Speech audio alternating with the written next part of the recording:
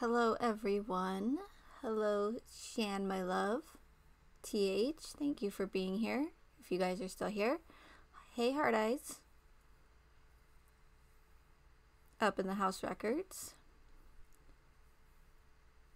Hi Sophia. Kathy. Hey Kristen.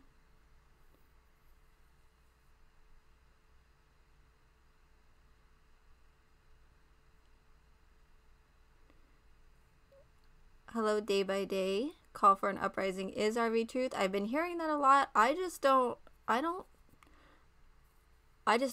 hear it. I was gonna say see it, but I can't see them. So I don't somebody else has mentioned that before, and they could be the same person, but again, I don't hear the same voice. But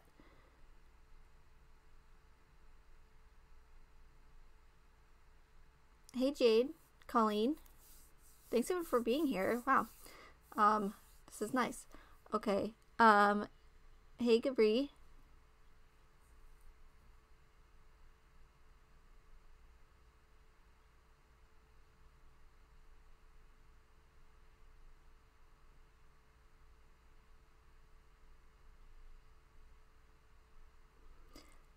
So I wanted to just do a quick live stream. I want to play a video by A Call for an Uprising. As the title says, is a channel creator that I've mentioned several times recently in my live streams and as well as in other chat rooms. Hey Kels. He does a great job covering all the fakery that's going on in this world and symbolism as well, just like RV Truth does. RV Truth did a video covering the Gabby Petito case, talking about the same things that I talk about to you guys as far as the symbolism goes, how it's hidden in plain sight and just the fakery of it all. And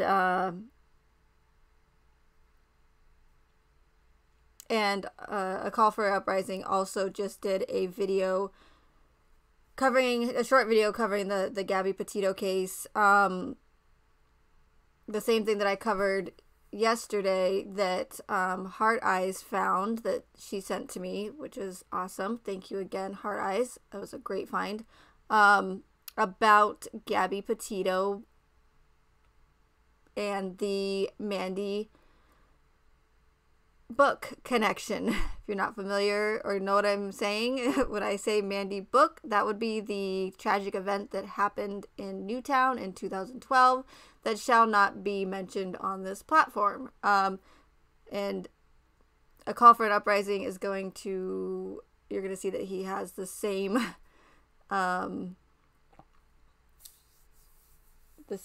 feeling about talking about that specific event, and to show that it's not just me. I'm not like crazy. I'm not like people go, why can't you just say it? It's a well-documented event. Why can't you talk about it? Because if you talk about it, you risk getting your channel taken down. So I'm not the only one that does speak in code, and you guys are going to see that in this video. And I hope that A Call for an Uprising does not mind that I play his video. I'm going to put real quick, I'm going to pin his channel link or the link to the video at least, which will obviously take you to his channel, at the top of the chat. So if you are not familiar with A Call for an Uprising, please go check out his channel. Again, he's doing great work covering a lot of this fakery, in my opinion.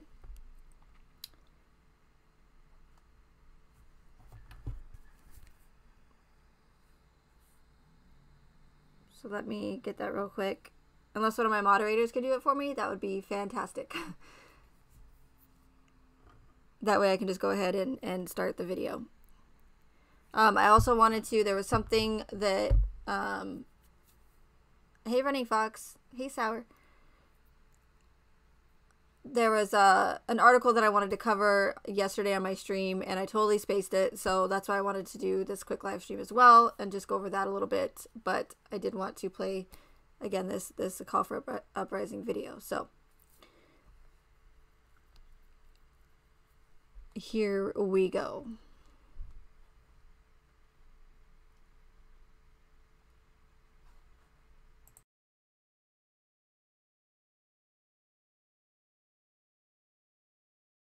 If you've ever had this feeling that something was terribly wrong with the world that we live in, but you couldn't figure out just what it was, then you've come to the right place. Secret societies, mystery religions, and the Illuminati have been controlling our reality since the beginning of time. But not anymore, because there is an awakening happening, and you are about to become a part of it. Wake up, because this is a call for an uprising. This is a call for an uprising. Welcome to today's show. I actually didn't plan on doing this. I've been covering, not really fully covering, but I did a few videos on my website about this Gabby situation that you hear about in the news. The only reason I covered it is because there are agendas behind all of these stories that become mainstream stories. Okay, these types of things happen all the time, every day. You know, it's very commonplace. It's true or false, it's up to you to decide, and I'm not going to get into that, obviously, especially here on YouTube. But when the mainstream media takes a narrative and they push it and they push it and they push it, you have to figure out what the underlying themes are, and there always are a bunch, because you could put on the ID channel, like I said on my website, talking about, you can find 50 of these stories every day on that channel alone, just watching it. So there's always stories about it, and there are those, and I've covered them on the website. I'm just going to show you 3 things, because if a subscriber didn't post this on my website, I don't know if I ever would have found out, because I'm not following it. I'm not like looking at people's stories or things like that. I'm only following it for what comes of it. Obviously, we know distractions are a big part of their game, especially when laws are being passed, people are losing their jobs, mandates are being pushed. But there's also other things, because laws can be changed when things like this happen. So that's what I talk about, especially when it comes to surveillance as well, and being able to locate this guy and why he can't be located. So you can check that out on the website. But a subscriber posted this, and I guess I could start with this, and then I'll just give you 2 other little tidbits here. A subscriber by the name of 216, I want to thank him for posting it. This was released from the New York Post, and it's true because I looked it up and found the video myself. Gabby was in a music video called Irreplaceable. Oh, you might say, well, okay, she's in a music video. Was it for a big celebrity? Or it was a music video called Irreplaceable, which was made by the Hook of Sandy project. Yeah? You know what I'm talking about? The Hook of Sandy project. So if you have any questions that you're trying to figure out and wondering, I think that'll probably help you figure it out. Because if you're not familiar with the Hook of Sandy project and everything that went down there, well, you're either not awake, or you're naive, or a lot of the above, or more than what I just said there. A lot of different things, I should say. She was in a music video called Irreplaceable. Now, the 2 things before I tell you about this music video, I also want to just add, since I talked about it on the website today, I might as well share it. Is one of her last posts on Instagram was her in front of a monarch butterfly. Of course, we know that what the monarch butterfly represents with mind control, the rebirth. Okay, there's lots of themes with that. There's other pictures too I cover over there. I wanted to cover that the last one that she posted, which was in like, June or somewhere in the summer. And of course, Happy Halloween was the post, because that makes perfect sense. Trick or treat kind of a thing. You know how they operate. And then, of course, there was one of her in front of wings, and people think this is normal because they're like, oh, yeah, well, people draw wings, and then you stand in front of them and take pictures. Yeah, well, these weren't just any type of wings. They had crescent moons in it. Yeah, on both sides. Where's that come? Oh, Baff. Oh, Baphomet. Right? So that's how stuff like this works. It's always in front of your face. It's always there to see. This is universal law at play, because they always reveal themselves. Now, many people won't understand it. Many people don't want to understand it, because many people are emotionally tied into it. And by keeping you emotionally tied into anything that's going on, that's pushed in the mainstream narrative, it keeps you emotionally distracted from things that actually are going on. Okay? Now, you could believe it's truth. You could believe it's not truth. I'm not here to say one way or the other. The simple fact of the matter is why it's there, right? And the agendas behind it. But those are just 2 things I wanted to add. But here's the Irreplaceable music video story here. The New York Post reported when she was 14, Gabby starred in a music video titled Irreplaceable to help spread awareness about violence against children at the Hook of Sandy. She and her two younger brothers appeared in the 2013 video, whose song was produced and sung by fellow Long Island native Deb Henson, who told The Sun it was an inspiration. That its inspiration was the school event that left 26 people gone, including 20 in Newtown. I can't go into much more detail about that because the algo doesn't like it, but I think most of you who are awake are very well aware at this point. The lyrics are almost eerie now. It's ironic and tragic that she's in this video and that this happened to her. The song isn't just about violence against kids. It's also about domestic abuse and violence in general. It's just awful, really, what happened to Gabby, says the guy who made the song. Of course, somebody just randomly made a song. It was supported by them being popular, I mean, look, you live in a world where you can believe in coincidences or you don't. That's up to you to decide, not me. Okay? When you see things that get connected and you always see a trail, and it's a trail that you could smell out from a mile away by just looking at signs, symbols, narratives, then you see what's going on and why it's going on. Because remember, they could pick any story at any time and make it a national story and tell you why you should care and need to care, because that's what they do. Stories happen every day in every town in America. And you could say, well, this is different. The person went missing. People go missing every day in every town in America. Why do certain stories become big-time stories? Why do people get emotionally attached? Because they make you emotionally attached. Why? Because a lot of the times, either a ritual was performed or nothing happened at all, which means which just means it's on you. So that's for you to decide. I'll say it however I can properly say it here, but I wanted to make that really, really clear for anyone out there. So here's a connection to the hook, right? Must be extremely random. There's nothing here to be suspicious about. I mean, should there be? Why would there be, right? It's only a story that we hear about every second of every day now. It's only, you got tattoos, you got jewelry with the symbolism on it. You've got shirts, you've got books that they're reading that actually give you sigil magic and tell you about the narrative before it happens, and then it happens very similar to the book and the story, but hey, I'm not saying one way or the other. I'm just showing you and telling you what I've seen from looking at some of these things. And again, I've covered this on the website a few times. I didn't want to get into it on here because it really, when you look at everything that's going on, if this is your main point of focus, when there are millions of Americans who are losing their job, there's millions of Americans who are going to be losing more than their job, who take a potion, and that continues on. And then this happens at the same time where places like New York are, forcing this on people. They're forcing it on healthcare workers who are all quitting their jobs, leaving their jobs. Where people should be like, this is a real problem because we're going to need nurses and things like that. Nobody cares, because a story like this, which comes from, look, like I said earlier, the ID channel, perfect example. You could sit there and you could binge watch that day and night. Day and night. I've never heard any of the stories from the ID channel ever in the mainstream, except maybe one about a little girl who I think we all know, whose name I can't say, Joan Benet, and the narrative behind that. And that was actually a ritual that was performed. And the reason that story was put in the mainstream is because it was a ritual. And that enhances the craft and enhances the spell, putting a spell on the minds of the masses. Well, there's a lot of things that connect here that make you think that, well, even if something did happen, that it was a ritual and it was put on the minds of the masses, but you can look at it however you want. The simple fact is this. We got a story here. We got tie-ins to the old hook. You could piece one and one together. And I'm not making assumptions. I'm just showing you this. This is for you to decide on your own.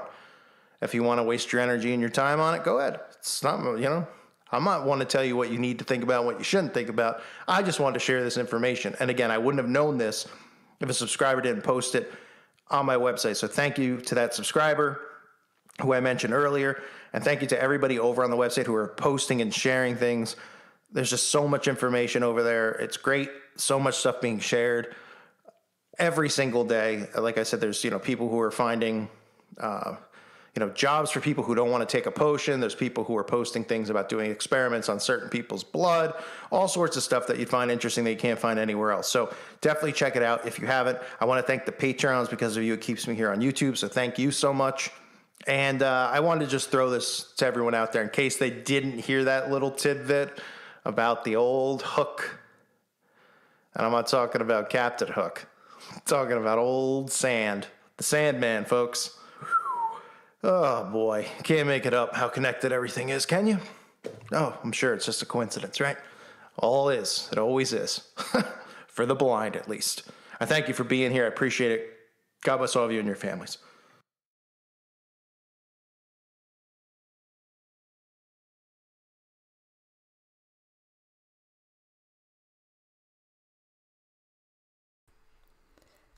So I just realized that before I went live, I pre-recorded the video so there wouldn't be any buffering, but then I started the live stream and I had the video still up on my other screen, and I just played the video instead of going into my downloaded videos that I recorded so that it wouldn't buffer. But thankfully, as far as I know, it didn't buffer. But so that was pointless of me doing that whole thing. But I guess it worked out. I just realized that. So I thought that was funny. So anyway, so as you can see, again, I wanted to show this video, and again, I hope it's okay that a call for an uprising, the real a call for an uprising, not the fraudster that seems to be in my chat or was in my chat,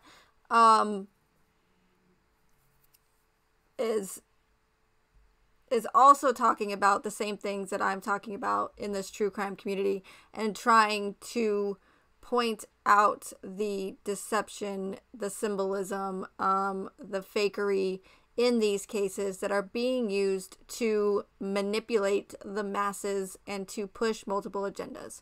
RV Truth and A Call for an Uprising are much better at doing these live streams or making videos and speaking about it than I am. I know you guys are gonna give me a hard time and say I don't give myself enough credit, but they really are. They're much better at getting their point across than I am. But I'm doing my best. So, but again, I want to show these videos to show you guys that I'm not the only one that's talking about this and exposing these cases. A Call for an Uprising and RV Truth don't really do the true crime stuff all that much, but I think that since the Gabby case is so big and so many people are sending them stuff about it, that they did cover it a little bit, but not to an extent to where I covered like the Watts case and these other true crime fake cases. And I don't even care about saying fake anymore. If YouTube wants to take me down, then so be it. I cannot speak in full code anymore. It's too annoying. But then also, hey Vanessa, also you can see from the video that, as I mentioned before I played A Call for an Uprising's video, is that, he's also speaking in code and saying, oh, not the Captain Hook, but the other Hook. And so it's not a topic or an event that you are permitted to talk about on this platform. You could talk about it as long as it goes with the official narrative. But if you say anything against that official narrative about that event in Newtown in 2012 that happened, that everyone gets so upset about, then you are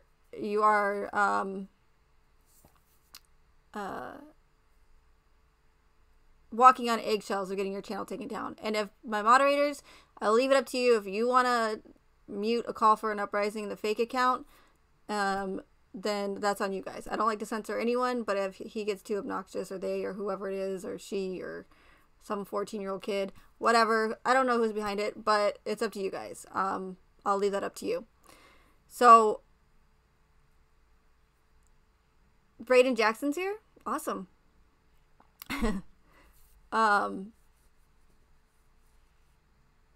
So when I saw that A Call for an Uprising put that video out, and when RV Truth put his video out, I did play a little bit of RV Truth. I forgot I did. But again, I wanted to show you guys that. And I know I'm sounding repetitive, so I'm going to keep this live stream short. I just want to go into what I was going to cover a little bit yesterday that I completely forgot because the stream was starting to get pretty long. So, let me just pull up this article here. I actually found this randomly when I was doing Gabby Petito research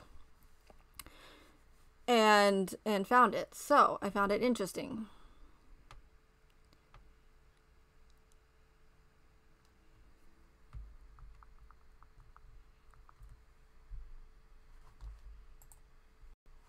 Completely spaced it.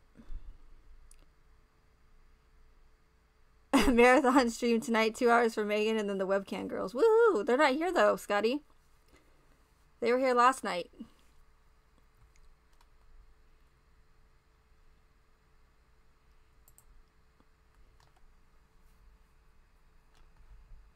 Let me adjust this real quick.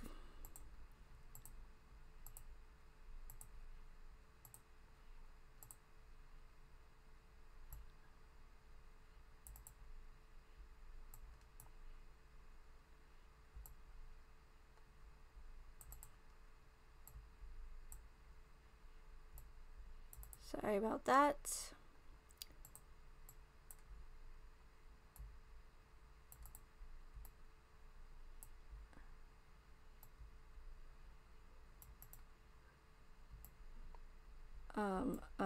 Okay. That works. All right. Because we're going to scroll anyway. So, again, I found this randomly when I was looking for, I don't remember what I was looking for specifically with the Gabby case. But this is from the Washington Post. I guess I'll give them some credit here. There you go. All right. From the Washington Post, which I find is rather interesting that they are talking about this. But again, it's something that I've mentioned several times about these cases, as well as you just heard A Call for an Uprising mentioned. As the Petito case grips the nation, families of color say their missing loved ones matter too.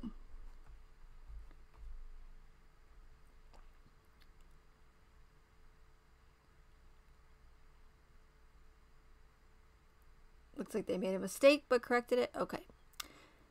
The last time Kimberly Bryan spoke to her sister Tiffany Foster was showing off her new car. Bryan cracked some jokes about how it was about time, but also told her big sister how proud she was. Foster was getting close to graduating from college, and everything seemed to be lining up for her. That was more than 6 months ago. Foster, a 35-year-old black mother of 3 from Newnan, Georgia, has not been seen or heard from since March 1st. Bryan and her family handed out flyers, spoke at news conferences, and hosted rallies to draw attention to Foster's disappearance, but the case has remained mostly unknown outside their home state. So when Bryan saw the surge of interest in the Gabby Petito case, the difference was impossible to ignore. It does make you feel, well, what about us? Bryan said. When are we going to get her face out nationally? When are we going to get the FBI come in? Okay. I think that they would fix those typos, but anyway. And help us out. We didn't get that. And I'm asking, unless that's maybe, never mind. I'm just going to keep reading. We didn't get that, and I'm asking my mom, well, why? And it's no answers. We have a lot of questions with no answers. In the weeks since Petito was reported missing during a cross-country trip with her fiancé, her story has captured national and international attention, dominating TikTok and other social media networks, and garnering around-the-clock national news coverage, partially due to the tremendous public awareness. Tips flowed to the FBI and other law enforcement agencies, and the body of the 22-year-old woman was discovered Sunday near Wyoming's Grand Teton National Park. A manhunt for fiancé Brian Laundrie, whom authorities named a person of interest, as the case continues. News outlets and social media users continue to track every development. The groundswell of concern for Petito has revived perennial questions about why some missing persons cases attract such a dedicated response while others barely draw notice, with many observers seeing a racial disparity at play. Between 2011 and 2020, at least 710 Indigenous people were reported missing in Wyoming, the same state where Petito, who was white, was lost and found within a matter of days. Brian doesn't understand why the story of her sister, a Georgia military college student with dreams of becoming a police officer, has not spread as widely, but she noted, "I do feel like it could possibly be because my sister doesn't have blonde hair and blue eyes." Research suggests that victims who are white, attractive, young, and seemingly innocent gain more traction in the media, said Michelle N. Genis, an assistant professor of criminal justice at the University of Louisiana at Lafayette, who studies the relationship between crime and news and entertainment media. Genis said research indicates that the supposedly democratizing force of social media, I think that's what the word is, follows the same patterns of bias as in the traditional media realm, and the individuals of color are less likely to receive likes and clicks and shares. Bear with me, you guys. As the Petito story progresses through, the window for the conversation about racial disparities has widened to longer than a day for the first time that Genis can remember.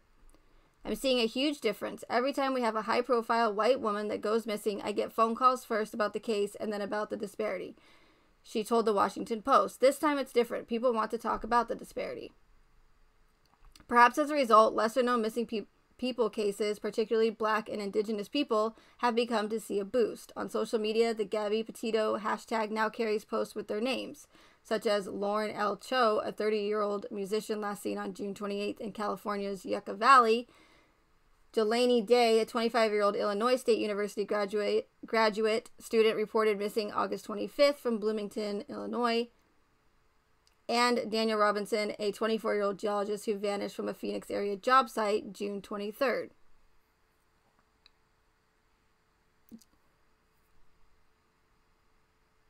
Dr. Catfish Charlie, MD. Okay, that's interesting. So this Dr. Dr. Catfish guy is, oh, I'm glad this is going to be a short stream. Okay. I'm hoping this hashtag Gabby Petito groundswell can be maintained for other victims. There's many more out there. Lauren Cho is missing. Please, when you see missing persons, retweet and like it. You never know whose eyes make it in front of. Okay. And here's a missing person. So obviously, Lauren Cho is not on the mainstream media. She's not all over TikTok. She's not being talked about. It's not getting widespread media attention. Why?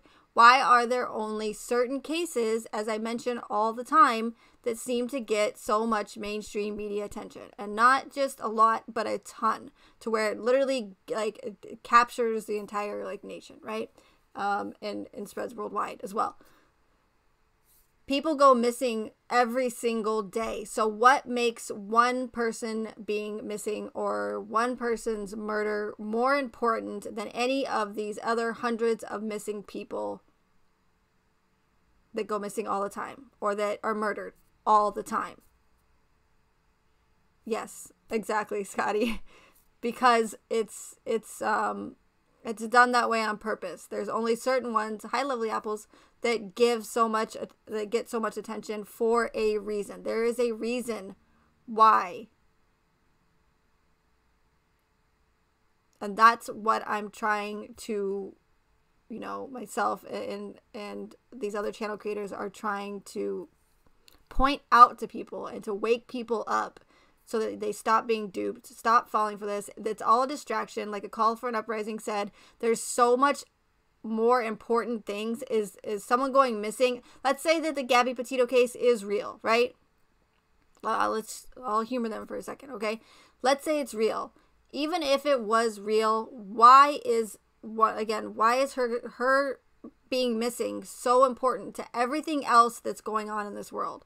All this virus, all the hate, all the just there's so many more important things. And, you know, like a call for uprising said, people losing their jobs because of this virus, and not just that, but their lives as well. And I'm not going to get into that on here, but I just wanted to mention that briefly.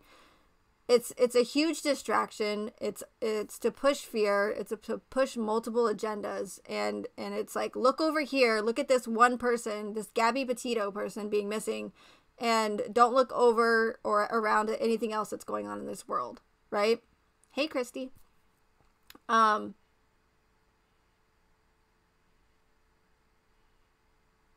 So it's a huge, huge, huge distraction. And everybody, not everybody, but the majority of people seem to fall for it hook, line, and sinker. And of course, the majority of the time, you know, you have Shanann Watts and Chris Watts and Bella and Cece, and they're a good-looking family, right? Shanann's beautiful. So, and Gabby's beautiful, and Tristan Bailey's a pretty, you know, teenager. So it's like, why is it that they seem to use these attractive people in these events, or these, and even if these were real events, you know, it does seem as though it's like, is it a racial thing if these were real events? Because why does it seem like these attractive people are the only ones that are getting this spotlight attention? But the reason for that is because when you're dealing with psyops and you want to draw people in, people are going to be more keen to, or more drawn to an attractive person like Shanann or Gabby, right? And really capture the hearts of the public over maybe some other person who's maybe not as attractive or is of a different race. So it does, either way you look at it, it's still troubling, to say the least.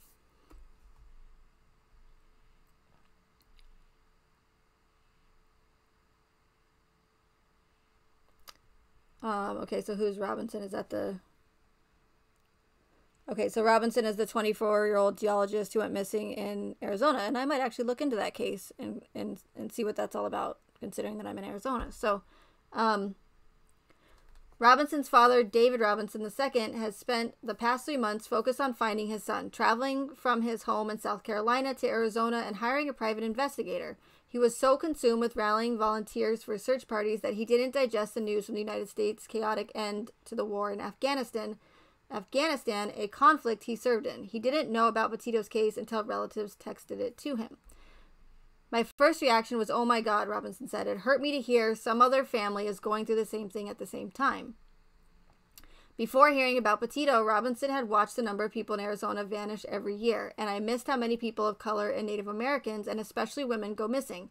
I had never known those things until it happened to me, he said. It seems we're being somehow ignored, I guess. Like people of color are seen as less important.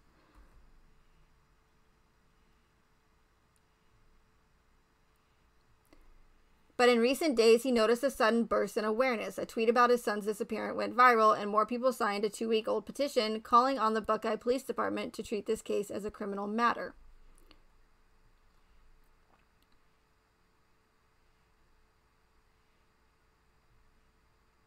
So at least these other individuals from this, I guess, I don't know what the Washington Post is actually trying to, what's the word I'm looking for? Portray right here. I don't know what they're trying to get across quite yet, but I did find the article interesting. Hey, Marigold. Hi, Orbital. Donations poured into a GoFundMe campaign launched in July to help with the search effort on Wednesday. The campaign shot past its goal with more than 1,000 new donations in the prior 24 hours. It couldn't have come at a better time for Robinson, who had run out of funds, who was making the painful decision to return to South Carolina. I was really hurting. I was prepared to leave, he said, but I want to be here for my son. Like Robinson, Sev Day was immersed in coordinating social media campaigns and search efforts for his brother, Jelani, to absorb the fire hose of coverage from the Petito case. When he saw how quickly the FBI jumped into her case and how much national attention it received, the comparison to his family's struggle for attention and resources stung.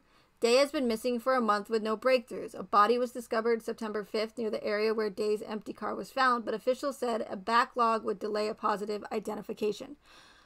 A backlog? So it's like, how quickly was Petito's alleged body that was found had an autopsy and to confirm that it's really her, allegedly, and not only that, but now she's cremated.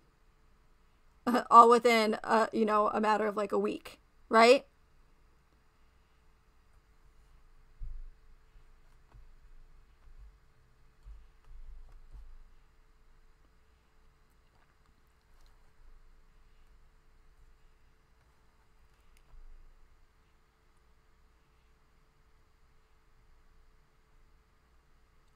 On Wednesday, Steve Day, I don't really want to look up that name because I hate to say names wrong, but I'm not going to, it doesn't matter.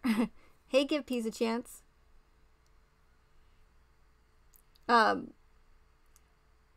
Sev Day said his family was still waiting on word. Although Petito's search did not end with her found alive, Day wished for certainty at least. This is a common issue that we as minorities have faced for a long time. Whenever it comes to getting equal energy for a situation, and in this case, trying to find my brother, the same efforts and attention is hard for us to get, Day said. Among those trying to build awareness of this case is Haley Tumian. What happened to just like John Smith? Like, why do I have to have all these hard, like difficult names to pronounce? Because I hate pronouncing names wrong. So I apologize to any of these people. If you're listening, I'm sorry if I'm totally botching your names. The 24-year-old Los Angeles area data analyst, drew a following of hundreds of thousands of people by posting TikTok videos about Petito's story. With part of that case cracked, she pledged to highlight others, focusing especially on people of color. That's good. She posted videos about Robinson and Day on Tuesday, urging her followers to share information about their cases. With the Gabby Petito case, I realized how many people I could reach, and I didn't want to stop there.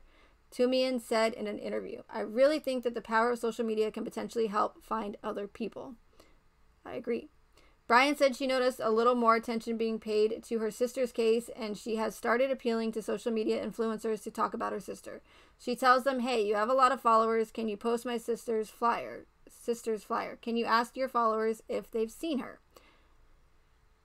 Over the past 6 months, her family has learned bits and pieces about her disappearance. The Coweta County Sheriff's Office reported that Foster, who also goes by Tiffany Starks, was last known to be headed out shopping.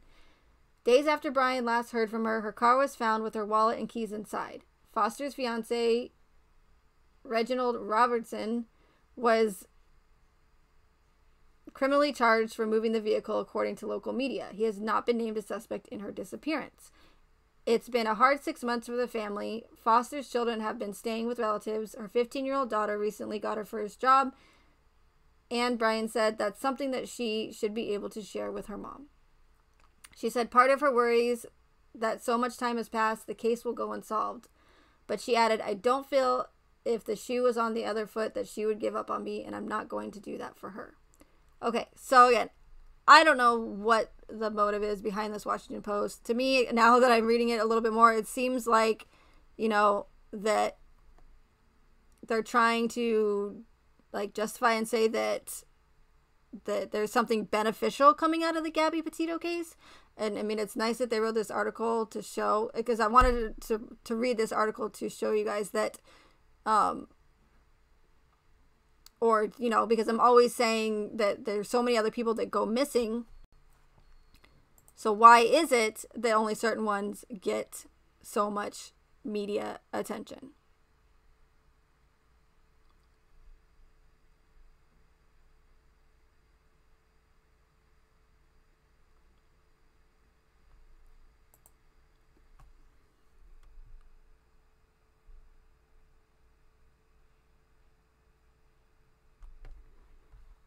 Let me see if this will play really quick. I want to play Gabby's friend's interview because I haven't watched it yet, so we'll watch it together for the first time.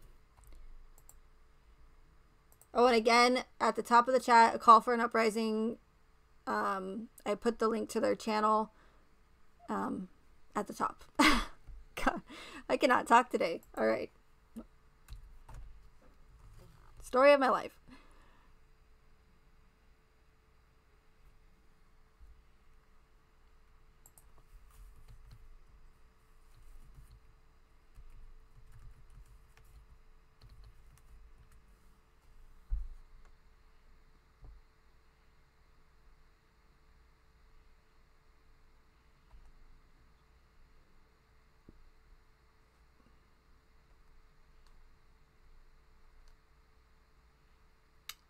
Let's see here.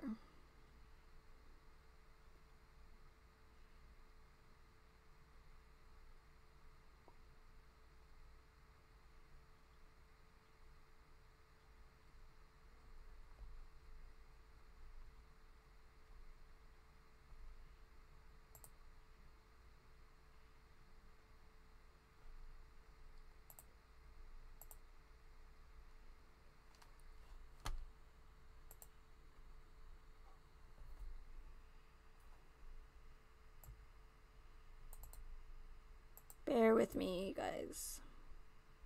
We're just gonna crop that out. I don't care. Give me a copyright claim. I'm not monetized. What do I care?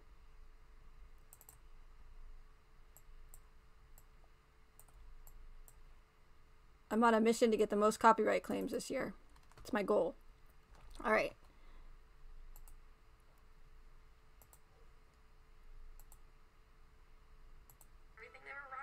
One of Gabby Petito's friends is speaking out about the late 22-year-old YouTuber's life. During an episode of 48 Hours, Rose Davis shared her alleged memories of Gabby's relationship with fiancé Brian Laundrie, who authorities are currently trying to locate. Gabby, who was laid to rest on September 26th, found dead earlier this month in Bridger Teton National Forest in Wyoming after going missing following a cross-country road trip with Brian. Rose told the news program that she met Gabby after the late influencer moved to Florida to be with her. Rose said Gabby asked her one day if she'd like to be friends, and their bond grew while they filmed social media videos together. Rose recalled her initial reaction to Gabby deciding to head out in a van with Brian in July 2021. I was concerned with them spending that much time together because when I was last seeing them and everything, they were rocky. I feel like Brian never thought that he was going to be enough. And obviously he sees the beauty in Gabby. She's gorgeous. And when describing Brian's personality, Rose alleged that when he wants something, he's gonna get it, as she went on to describe a time when she claims Brian was allegedly willing to manipulate a situation. I don't want people to say I'm calling him a full manipulator, but he'll manipulate the situation to get what he wants out of it. And, you know, he didn't want her to go out one night with me, and he stole her ID because you can't get into the bar without your ID. And you know, this was really upsetting to her. You know, you're engaged. It's not, you know, it's not supposed to be like that. Rose also... I'm sorry, but when was this posted? This was posted September 27th. Like, her friend just was allegedly found murdered, right? We don't know who did it yet. Hey, Stephanie. Good to see you. And yes, I'm sorry. This is Gabby's friend, Rose. Oh, Rose. That's interesting. And hi, Jen. So she just found out that her friend was found murdered, and she's already giving multiple interviews. It's like a Nicole Atkinson all over again, like the best friend to pull at heartstrings. She's on 48 Hours, right? And what is she? Again, I know that people deal with death differently, but why is she smiling? What is so happy about the story that she is describing? Like, what she's saying is not. Buddy says hello. What she's saying is not matching her actions, like her emotions. She's like, oh yeah, like he was abusive or whatever she's saying, and yada yada. But where's the sadness? Where's the sadness for your friend? All I'm seeing is smiling about a tragic situation.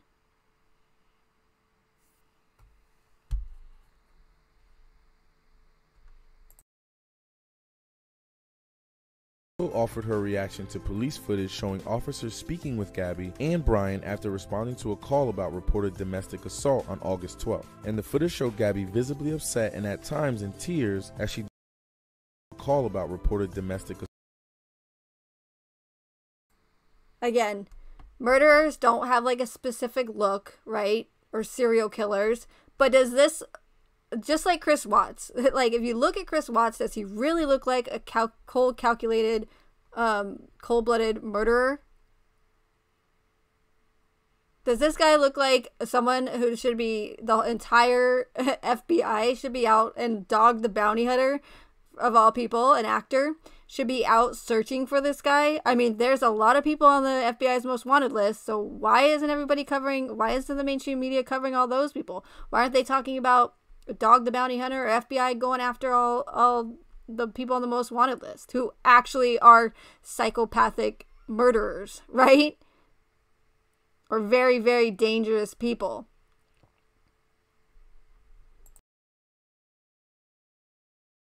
Assault on August 12th, and the footage showed Gabby visibly upset and at times in tears as she described fighting with her fiance. It takes a lot for her to get that hysterical. And so when I saw the body cam, I knew it was more than just a little argument. But this isn't the first time someone from Gabby's inner circle has weighed in on her relationship with Brian. Recently, Gabby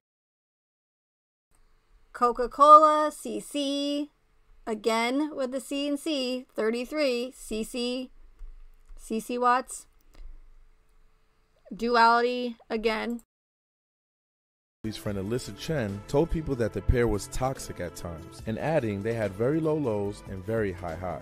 Gabby's story has captured the nation's attention following her family reporting her missing on September 11th. Per NBC News, Gabby's own social media accounts, in addition to communications with her family, revealed she and Brian traveled through Utah, Colorado, and Kansas before reaching Wyoming. Brian returned home to Florida on September 1st in the couple's van, but Gabby wasn't with him, and 10 days later, her family officially reported her missing and stated they had lost communication with her in late August. Police later named Brian a person of interest in the case.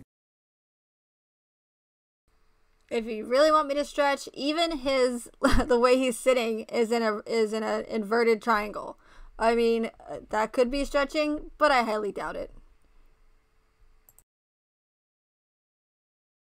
With his parents telling police they hadn't seen him since September 14th. A federal warrant has been issued for Brian's arrest after a federal grand jury recently indicted him for unauthorized use of a debit card after she passed away. Authorities have not named him a suspect in Gabby's death. Thanks for watching E! News.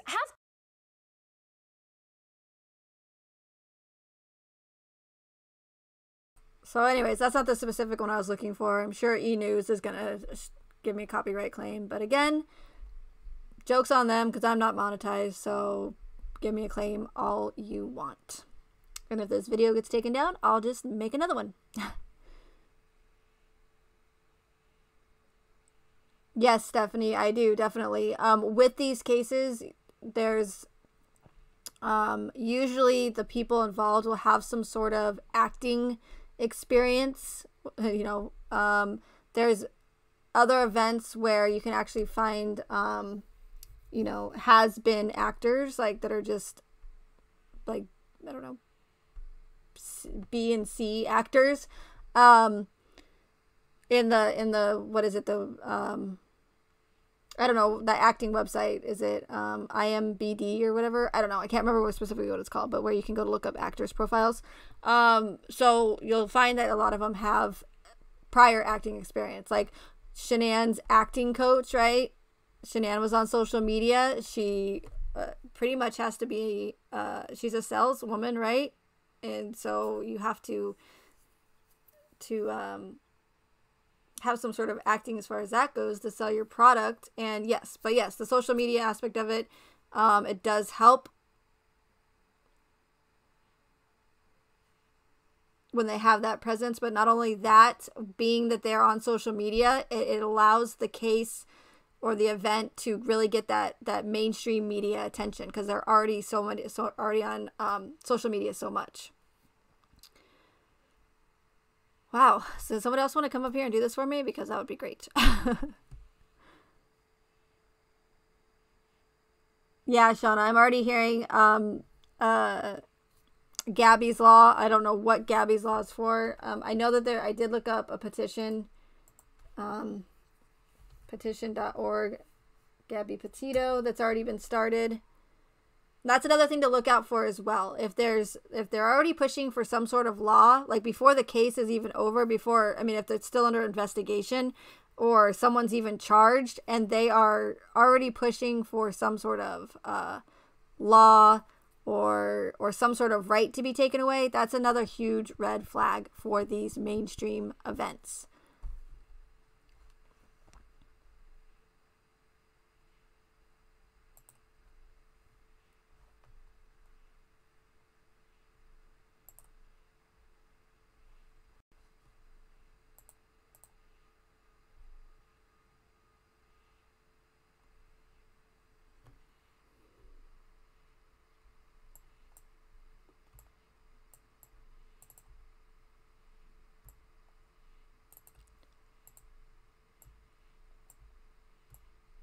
And once again, they're using this infamous picture of Baphomet. And don't you dare say it, Swamp Lover, if you're still here. With the Baphomet wings and the duality of the two moons, exactly like Baphomet, a very, very occultic, well-known being.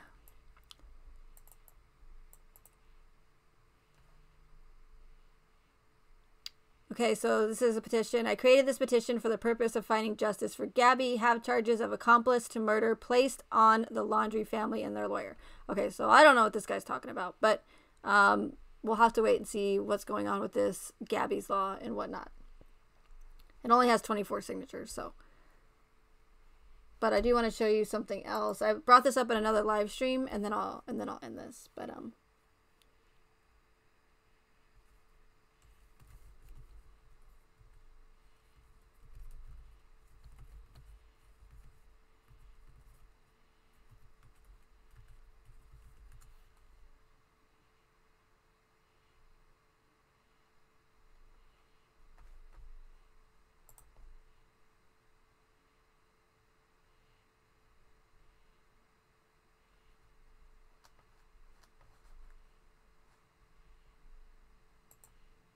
one second, I'm just going to start a new thing here.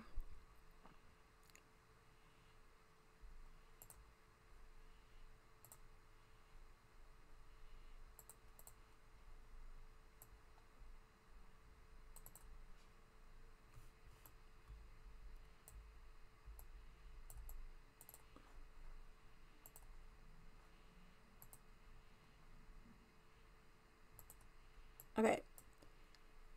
So, I don't know when this date was, but I know that it was posted on Nicole Atkinson's as well as her son Nicholas Atkinson's Facebook pages. This was only, I want to say this was August 18th. So only 5 days after the alleged murders of the Watts case happened, right? Because it happened on the 13th, so we're told. This petition was started. Change Colorado's unborn murder law and charge Chris Watts with 4th count of murder. So if this change.org was already posted to Nicole Atkinson's Facebook only 5 days after. 5 days after the event happened, before the investigation was even done. I don't even think Chris Watts had even pled guilty yet or confessed to any of the murders or all of the murders. And here we see this petition on change.org for charging Chris Watts with 4th count of murder. Why are they so quick to start this petition and charge Christopher Watts with some charge that when the investigation's not even over with? We don't even know what happened fully.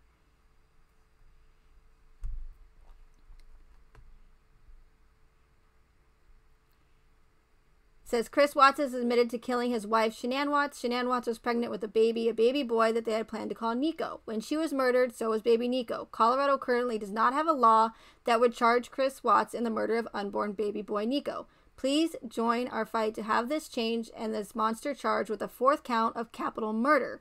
Chris Watts has been formally charged with murder against Shanann Watts and their 2 born daughters, Bella and Celeste. Please sign and share this petition.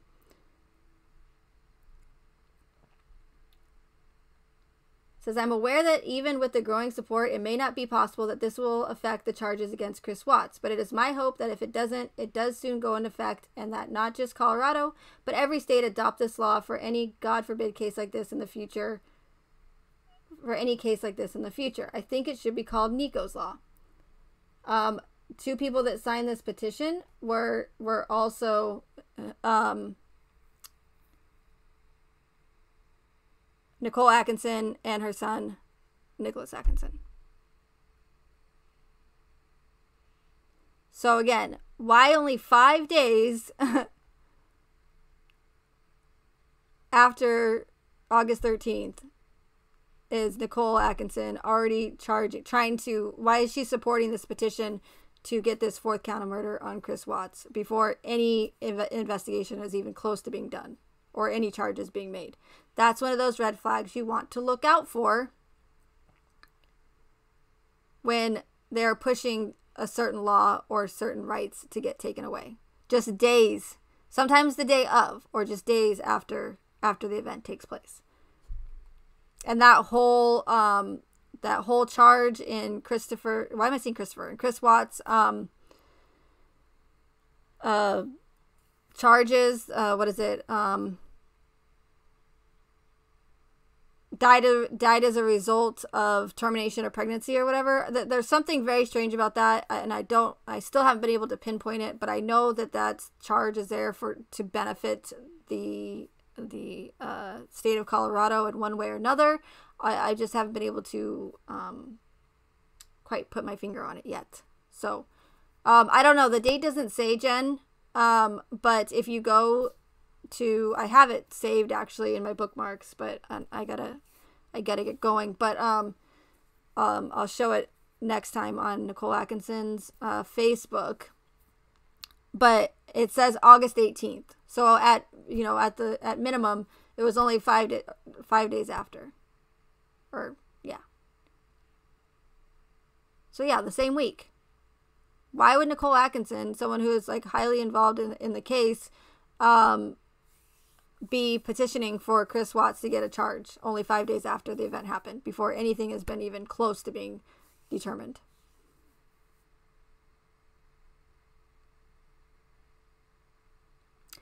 So anyways, I do have to get going, but I did want to do this live stream. It went a little bit longer than I wanted it to, but to again show you guys that I'm not the only one that's pointing out the fakery of these cases, and other people like RV Truth. And if one of my moderators can put RV Truth's channel link in the chat, as well as Miss Melissa Jades as well. She's always supportive of me, and I really, really do appreciate that. She gives me a voice on her channel, where these other channels in the true crime community have done nothing but censor me and block me from their channels for simply having a difference of opinion. And of course, I understand why. Why would they want me to be in their chats? Because that would take away their profits and whatnot. So, because these high profile true crime cases do bring in a lot of views, and these other channels that are monetized and get all these super chats, that would take away that from them. So I think I've been pretty much blocked from every channel. I'm working on a record.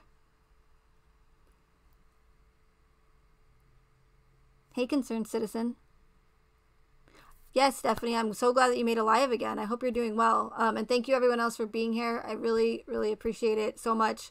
Thank you for listening to what I have to say, and I will keep continuing to do these live streams and exposing these cases for what they, that people wake up to the deception, because they are only going to keep happening over and over and over again, and they're going to continue to deceive the masses over and over again. So thank you again, and I'll see you guys next time.